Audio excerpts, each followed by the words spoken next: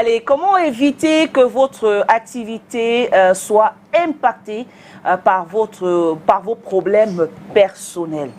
On en parle ce matin pour faire plus sérieux maintenant, parce que là, ça va aller vite avec Francis qui va nous présenter un peu ce côté-là que nous avons souvent. Ça nous arrive dans la vie d'avoir des moments que nous traversons.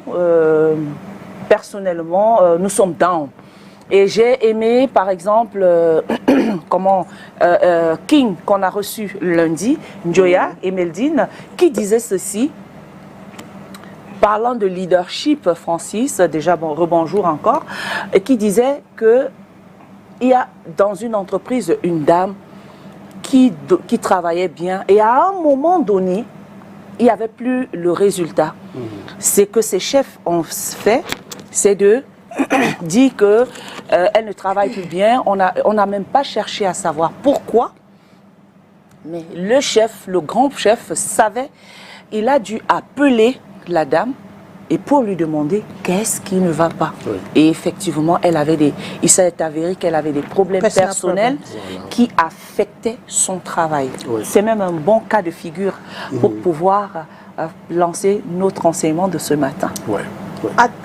Anyway, he has to answer first because I wanted to give the team in French and English. Okay, go ahead. Well. How to prevent your entrepreneurial activities from being affected by your personal problems? How to prevent your entrepreneurial activities from being affected by your personal problems? Yes. Or your business. Or your business. Yeah. Alors, nous sommes des humains faits de sang et de chair. Ça veut dire que nous ne pouvons pas rester insensibles pendant toute l'année. C'est vrai. Voilà, c'est avec vrai. problèmes personnels.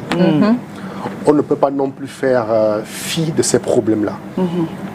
Quel que soit le business que nous avons, hein, que ce soit une entreprise unipersonnelle, que ce soit une entreprise avec conseil d'administration, du moment où l'activité est la nôtre et que nous participons d'une manière ou d'une autre, forcément, à un moment donné ou à un autre, nos problèmes personnels pourraient avoir un impact. Un impact. Alors, on ne vous demande pas de devenir des robots au point de devenir insensible, mais on vous demande de pouvoir limiter l'impact. Parce que si l'impact devient trop grand, alors l'activité va en pâtir. Et ce n'est pas ce que vous souhaitez certainement. Vous aimeriez que l'activité continue de prospérer, quels que soient vos problèmes. Alors, comment faire? Vous savez qu'aujourd'hui, l'entrepreneur moyen est jeune. Aujourd'hui, l'entrepreneur moyen a la trentaine. C'est vrai qu'il y en a qui ont la vingtaine, mais en général, la moyenne, c'est la trentaine. Et quand on est dans la trentaine, très souvent, on est en train de bâtir une famille. On est en train d'élever des enfants. Ça veut dire qu'on a un conjoint. Dans notre cas, on a un conjoint, peut-être pas officiel, mais on a quand même un conjoint. On a une famille de laquelle nous sommes nés.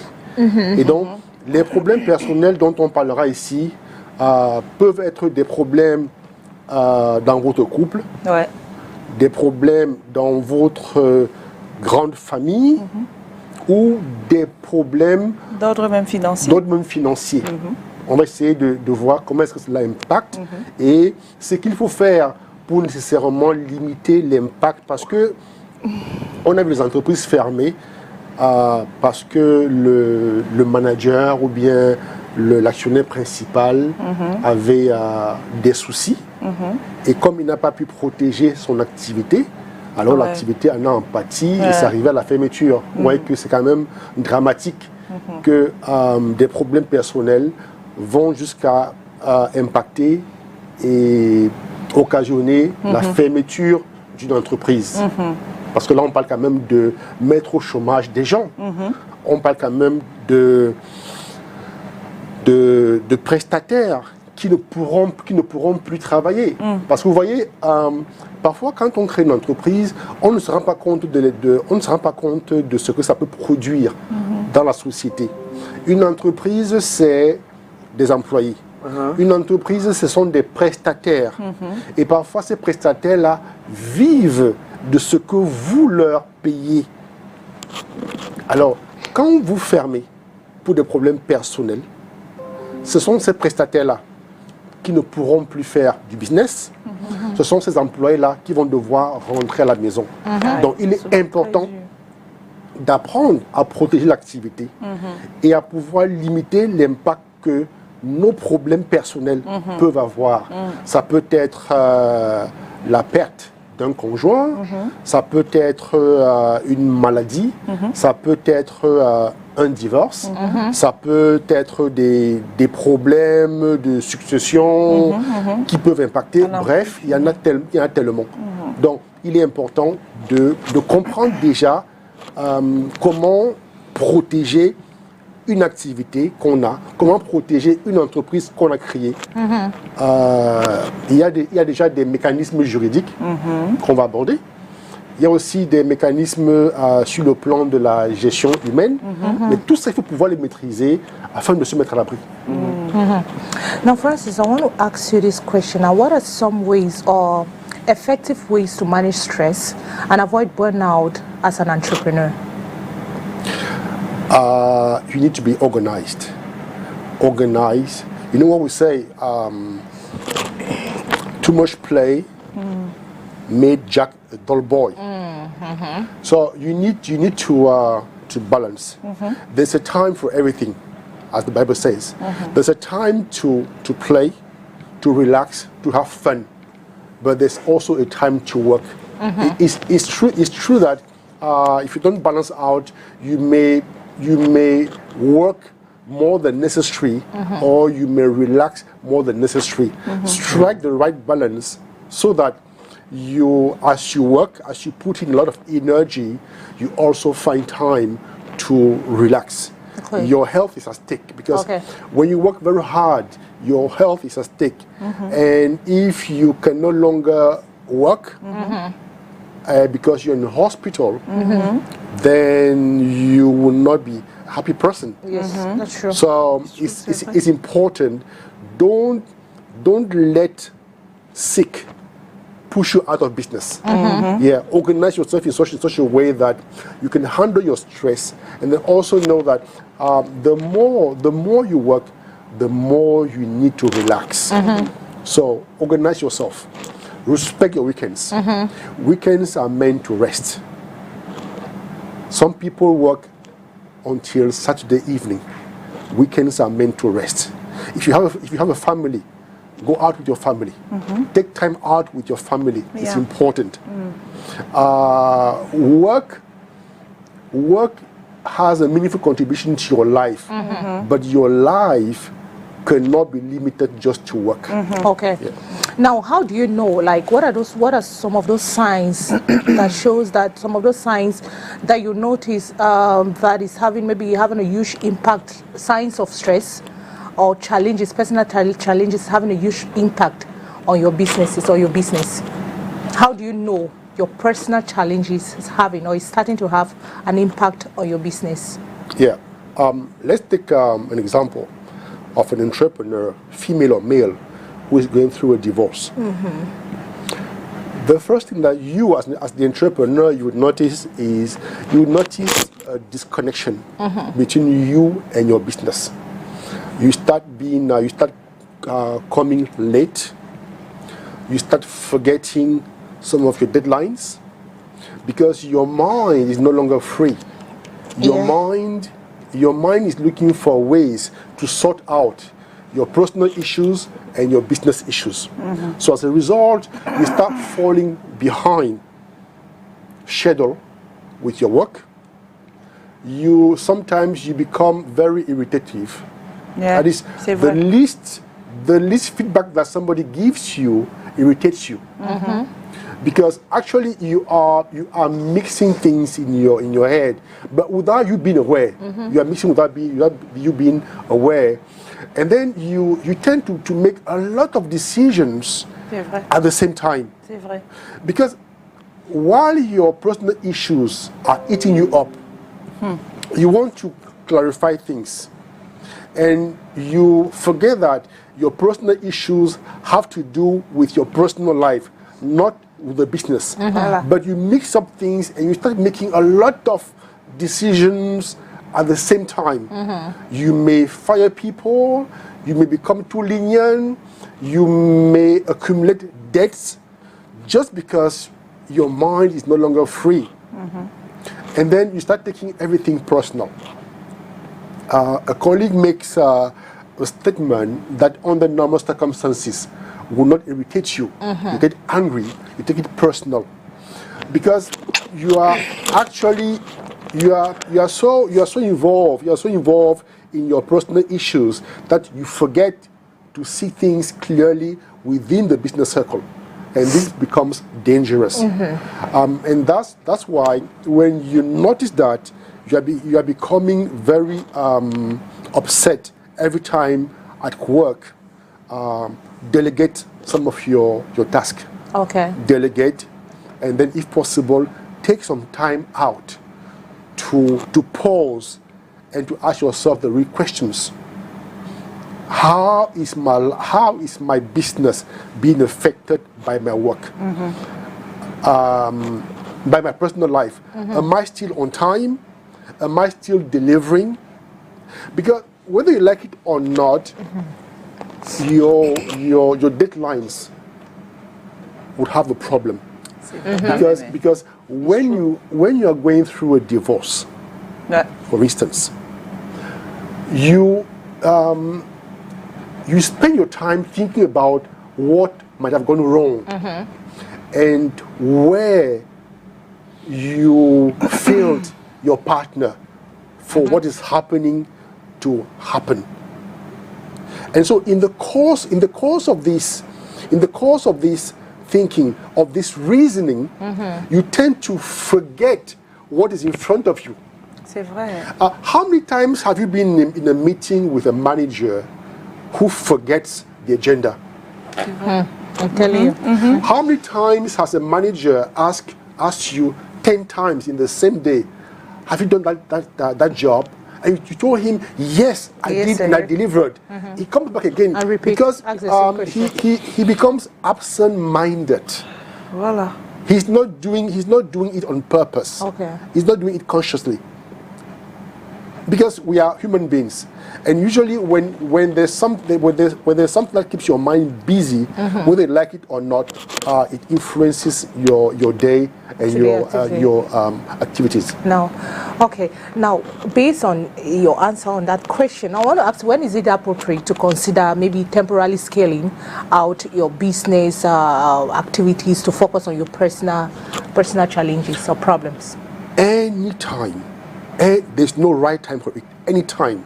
As soon as you feel that you are overwhelmed by a personal issue, take time out, pause, bring in your collaborators, tell them for one reason or another, you may not necessarily unveil everything. Okay. But just tell them for some personal, I'm going through some personal issues and I may not be very available. So I would like one or two of you to do one or two things and just report back to me. So when you do that, you have started protecting the business, because at least you're not aware that you have issues. Because one of the biggest problems is not being able to acknowledge that you have issues going on in your life. When you think that you are in control of everything, that's a big mistake. Because sometimes you take things personally, you may explode during a meeting, not because the issue at hand was so serious, but simply because you have mixed up, your negative feelings that come as a result of your personal issues and the topic that is being discussed. So every time that you feel that you're overwhelmed, take time out, pause, and then reflect. This is very important. Okay. Cette démarche exige de l'honnêteté. Ça, c'est vrai. Parce que parfois, on a l'impression qu'on est très fort. On a l'impression qu'on maîtrise, d'accord, qu'on maîtrise. Mais en fait, on ne maîtrise rien. Nous sommes des êtres d'émotion. Et nos émotions, parfois, prennent le pas sur notre raison sans nous prévenir. Donc, c'est pourquoi il est important, chaque fois que vous traversez un moment difficile, prenez la peine de vous arrêter. Que vous soyez entrepreneur, que vous soyez manager pour une entreprise qui ne vous appartient pas, il est important de vous arrêter afin de faire le point. On a par exemple vu des femmes managers qui ont craqué parce qu'elles avaient un enfant malade. Ouais. Alors, elles ont un enfant malade, elles sont en train de gérer entre l'hôpital, la maison et le bureau, et puis à un moment donné, elles n'en peuvent plus. Mais et que dire de ces femmes qui ont des enfants handicapés, qui gèrent des enfants handicapés depuis la naissance et qui vivent un stress permanent et elles se mettent quand même à se battre pour avoir son entreprise et parfois ça piétine. Quel conseil peut-on donner à ces femmes-là qui se retrouvent dans ce genre, qui sont dans ce type de situation? Parce que j'ai discuté avec une qui un jour m'écrit et me dit « J'en peux plus, je suis fatiguée. Et je suis fatiguée moralement, émotionnellement. L'enfant a 14 ans aujourd'hui, un enfant autiste. Et elle dit « J'ai besoin d'aérer mon cerveau. » Alors, dans ce cas de figure, et elle gère le travail, et l'association, etc. Et c'est pas du tout. Quelle attitude devrait-elle avoir quand elle est face à ce genre de fatigue émotionnelle et physique et psychologique? Alors, la première chose à faire, c'est de s'entourer de bonnes personnes. C'est-à-dire que on est conscient de ces défis personnels. Alors, il faut se faire accompagner s'entourer de bonnes personnes. Des personnes à qui l'on peut déléguer sans pouvoir s'inquiéter. D'accord? Ouais. Parce que lorsqu'on suit, par exemple, un enfant malade, il peut arriver qu'on prenne, par exemple, 1 semaine, 2 semaines de congé pour peut-être aller voir des spécialistes à travers le monde. Et pendant qu'on est en train de voir ces spécialistes-là, on ne peut pas être à la fois à l'étranger et à la maison. D'accord? Donc, il faut se faire entourer par de bonnes personnes. Et se faire entourer par de bonnes personnes signifie que on devra faire un effort financier. Et c'est parfois là où le bas blesse. Il faut faire un effort financier, c'est-à-dire qu'il faut payer un peu plus ces gens-là qui nous entourent et qui font un travail de fourmi qu'on ne peut pas faire parce qu'on est émotionnellement indisponible. C'est pas parce qu'on est incompétent. D'accord. Mais c'est parce qu'on est indisponible. Je vais vous prendre un exemple. J'ai un de mes collaborateurs qui est un traducteur. Je le suis également. Et il lui arrivait à un moment donné d'avoir des problèmes de santé graves et ne pouvant pas travailler à la même vitesse, parce que quand vous êtes un traducteur professionnel, vous avez une vitesse à laquelle vous travaillez. Si la vitesse baisse, vous ne pourrez pas livrer dans les mêmes délais. Or, les clients qui travaillent avec des professionnels sont habitués à se faire livrer à un certain rythme. Alors, qu'est-ce qu'il fait? Il me dit, bon voilà, je ne peux pas travailler. Alors, je t'envoie ce travail, tu le fais, tu me renvoies, je livre au client. Et en retour maintenant, puisque j'aurais dû te payer juste 20-30%, tu vas prendre 70%, et moi je vais encaisser 30%, parce que c'est toi qui auras fait le travail. Alors, très souvent, il faut faire un effort financier lorsqu'on se fait entourer par les bonnes personnes. C'est-à-dire qu'il faut payer un peu plus afin d'avoir la liberté dont on a besoin pour pouvoir soit se soigner, soit voir ses avocats, soit voir ses médecins. Or, beaucoup d'entrepreneurs et de managers ont parfois du mal à faire cet effort-là. C'est-à-dire qu'on ne veut pas payer un peu plus.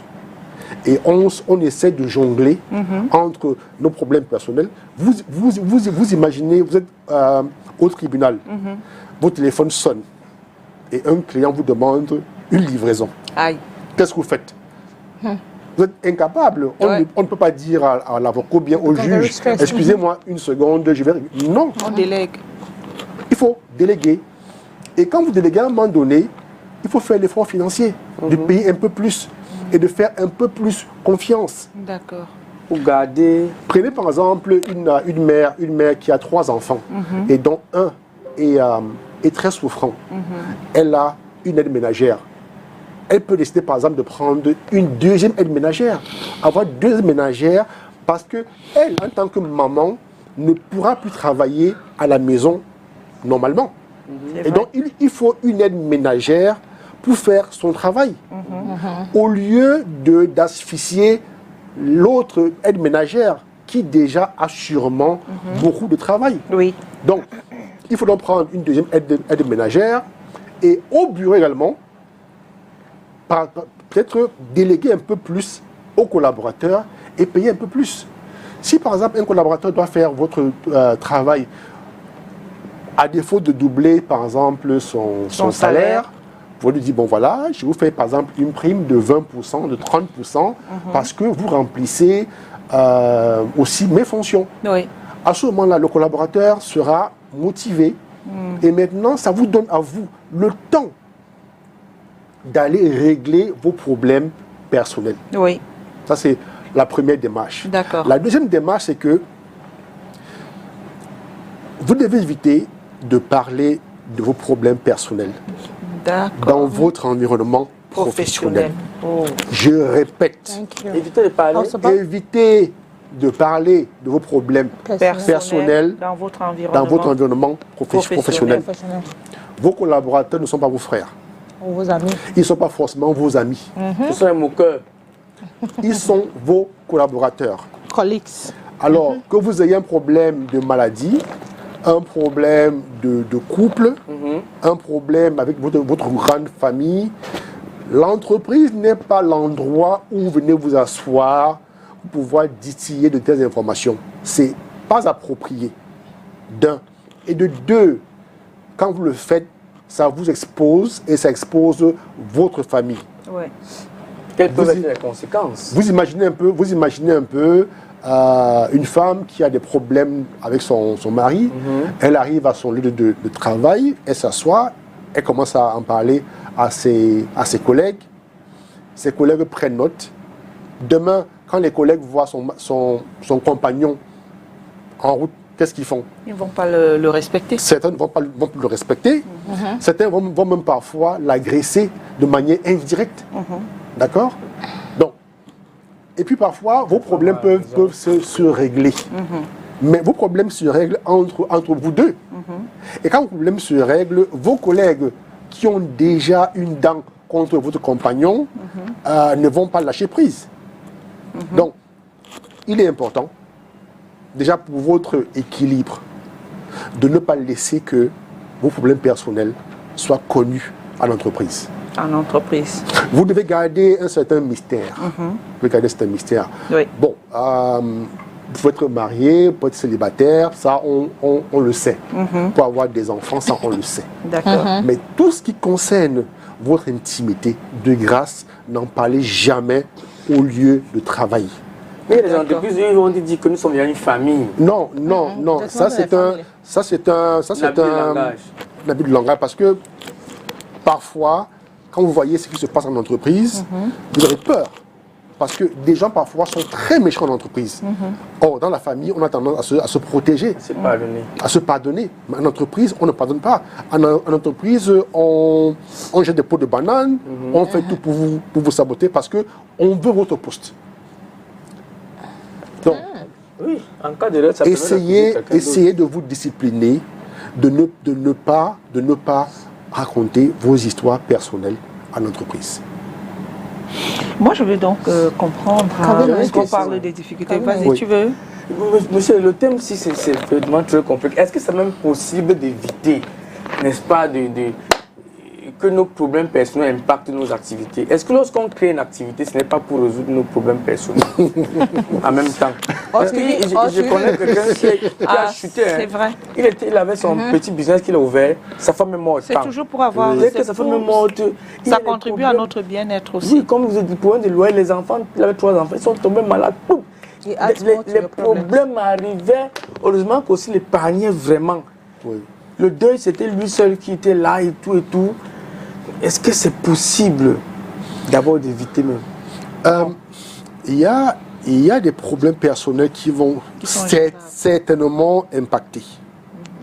Mais vous pouvez le limiter. Prenez une entreprise, par exemple, le DG ou la DG perd, par exemple, son conjoint. Pendant la période du deuil et pendant le veuvage, il est clair que cette personne ne pourra pas gérer l'entreprise. C'est clair. Alors, qu'est-ce qu'on fait?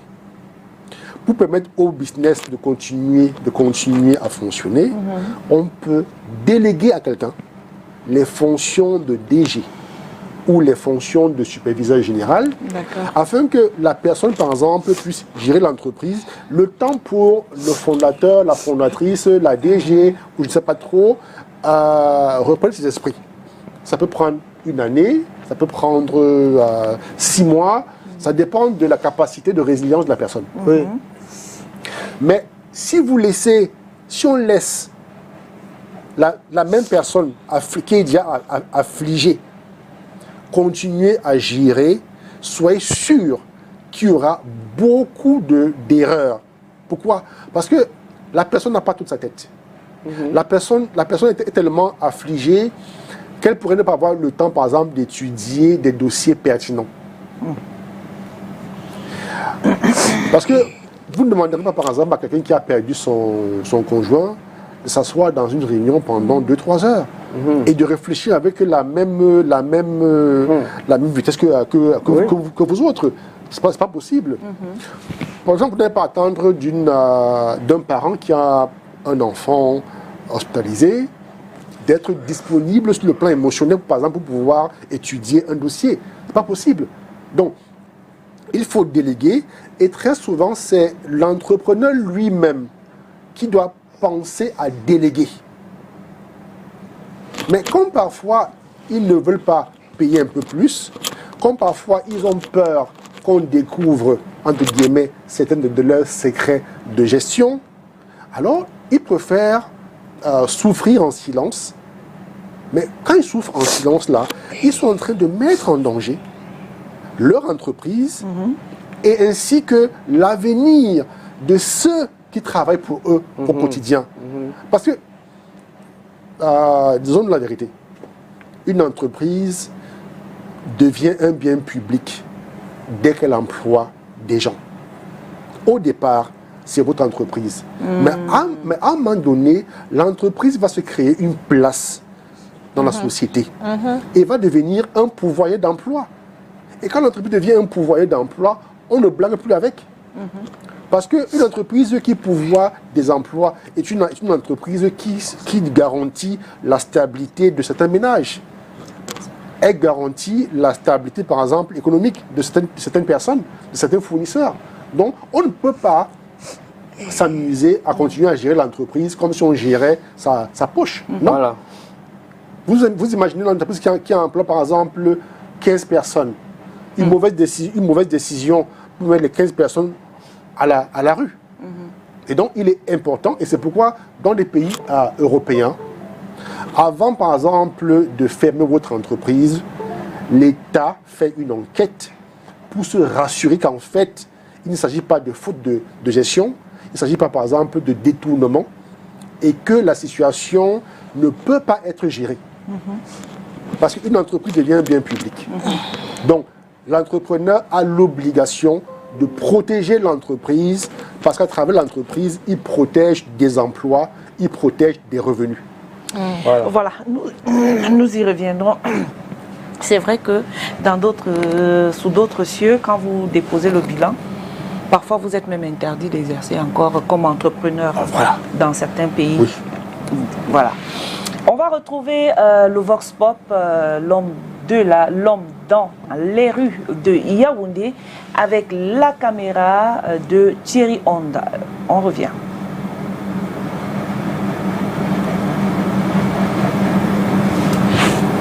C'est bien joué, sinon, c'est que vraiment on ne peut rien. Parce que toujours, il y a toujours des problèmes. Mais il faut essayer de laisser les problèmes personnels pour faire des activités afin de pouvoir joindre les deux bouts. Sinon, vraiment, c'est que c'est très dur.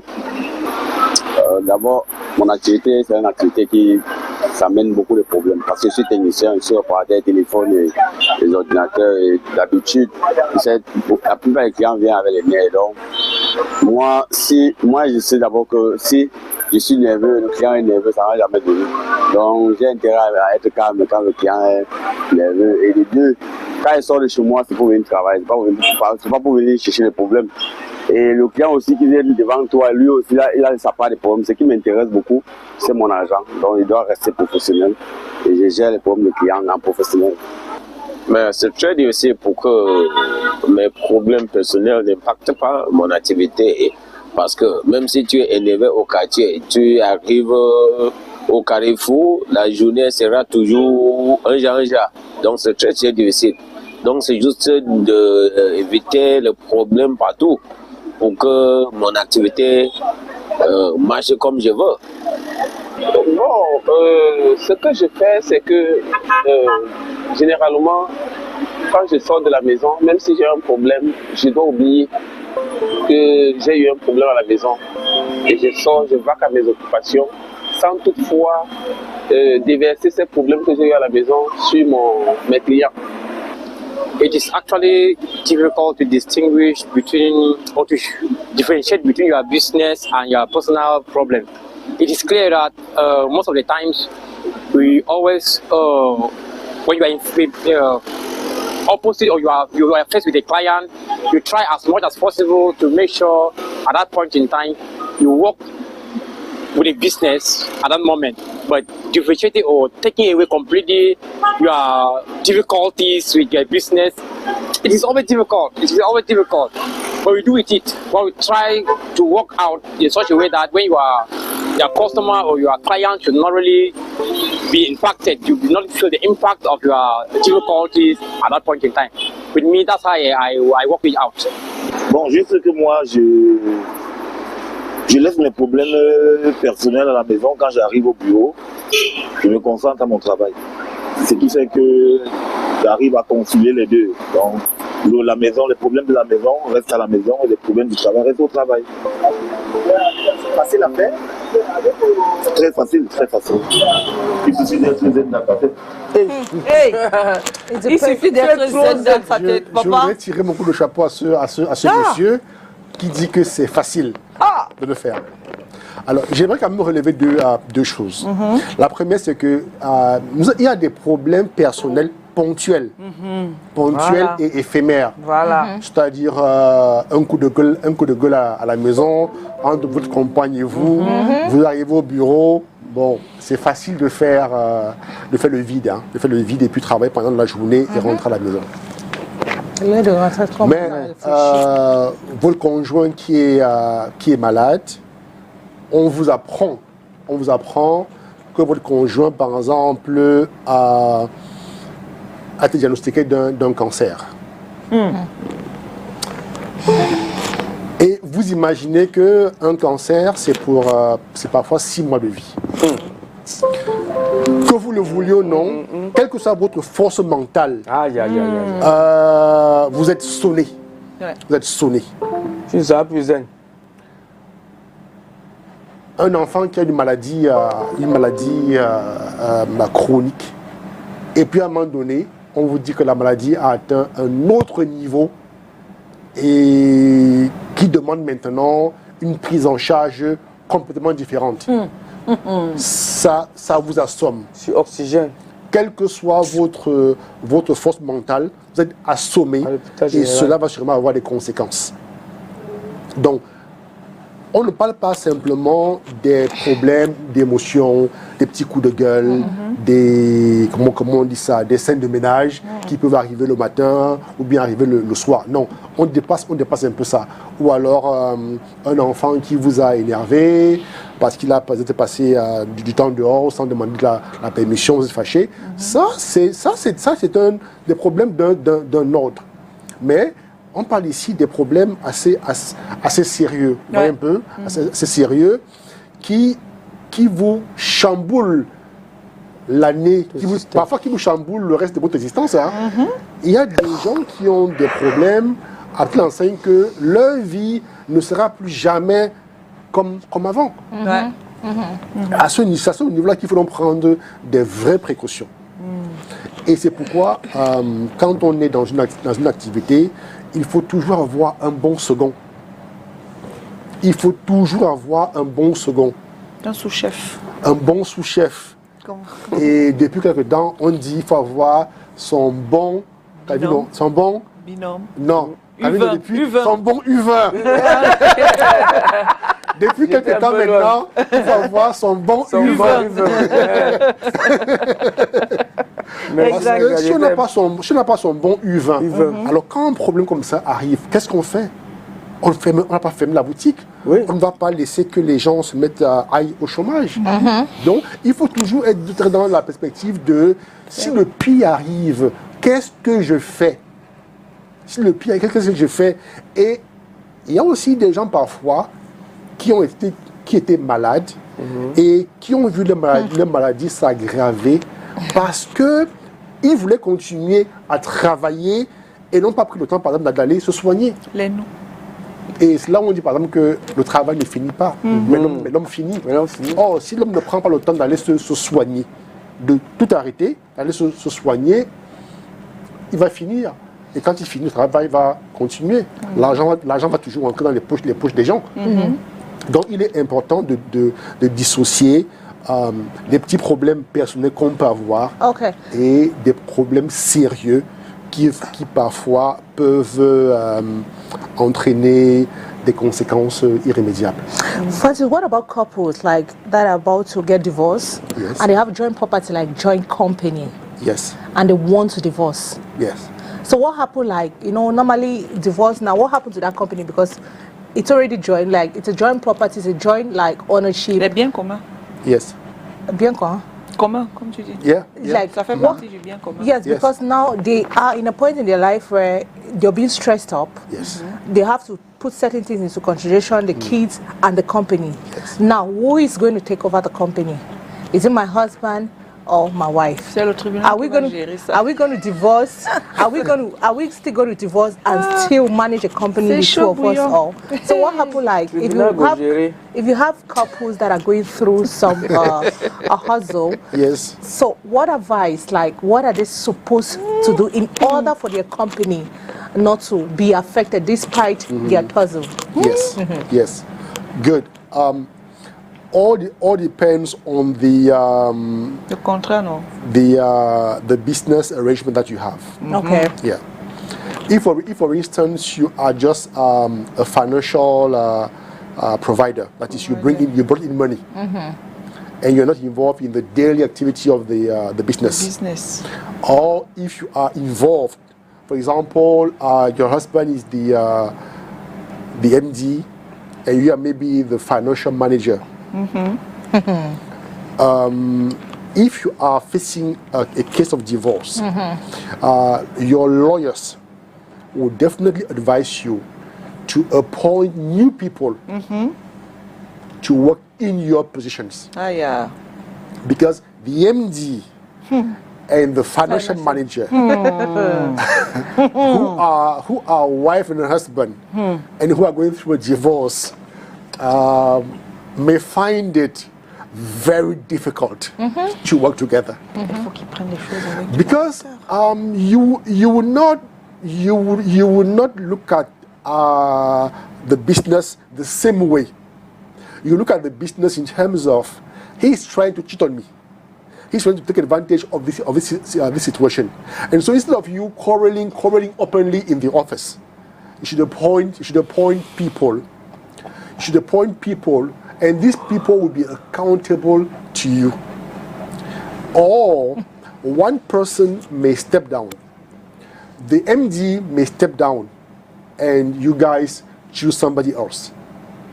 But provided that the person that you choose is competent, or you, the finance manager, you decide to step down, and you guys appoint somebody else. But you two work together, it's not possible. It's going to be difficult. Now, maybe when the divorce is over, the court, based on what each of you brought, the court may decide to separate your property, all that you brought in. Yes, and also your shares. Who owns what in terms of shares? Now the court will decide on that. That's it. And after that, one of the partners may decide maybe to sell the shares to the other partner, maybe to the partner who has more shares. You know, you may decide to sell and forget about the business and to go your way. But if you insist on keeping your shares, it means you will definitely meet the other partner from time to time. Okay. And when you do meet the partner, if the other partner is of good faith, then the partner may treat you fairly. But all depends again on what led to the divorce. Let's take an example. The man was very unfaithful. He had side chicks all over the place, including within the company. You see, you the wife, you'd have been humiliated. You may bear a big grudge against him. And so every time that you want to discuss business with him, you will fly into a temper because you want to remind him that he doesn't deserve to be where he is.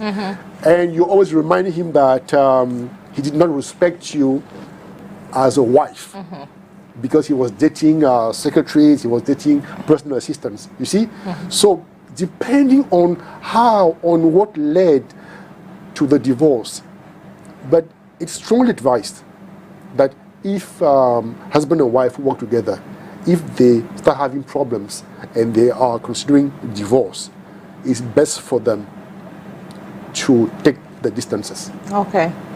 Unfortunately. Voilà, c'est vrai que le tribunal est la personne, c'est l'organe qui va séparer la bagarre. Mais c'est très difficile. Et c'est très difficile. Mais il faut aussi qu'il y ait des gens un couple qui ait de la hauteur pour pouvoir penser à l'entreprise, pour faire perdurer l'entreprise. Mais il y a des entrepreneurs de couple, ils divorcent, pas facile. mais l'entreprise demeure. Oui. Ils nomment des gens, administrateurs, ils sortent de l'entreprise, ils nomment des gens et puis ça continue. D'accord. Mais rester là, c'est compliqué. Merci Francis Hérette d'avoir été des nôtres pour encore nous avoir édifiés comme d'habitude avec ce thème pour les entrepreneurs et aussi les travailleurs parce que ça concerne aussi ceux qui sont dans le monde de l'emploi. Francis Hérette est un coach d'entreprise et écrivain. On le retrouve sur les réseaux sociaux Francis Hérette et puis sa page francisherette.com. On ne le présente plus. Vous allez juste taper, tac, vous écrivez, il vous reprendra.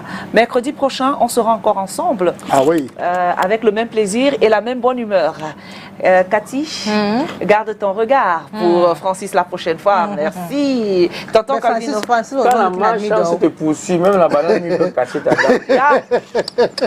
Les proverbes de tonton Calvino. Tu veux comprendre ce que je disais. C'est notre jour spirituellement. On sera ensemble demain avec le révérend Messina et je vous invite à rester scotché devant les programmes de STV. Rendez-vous demain quand il sera 10h. Ciao, Dieu vous bénisse. Sortez fermé. Sortez comment? Fermé cette fois-ci.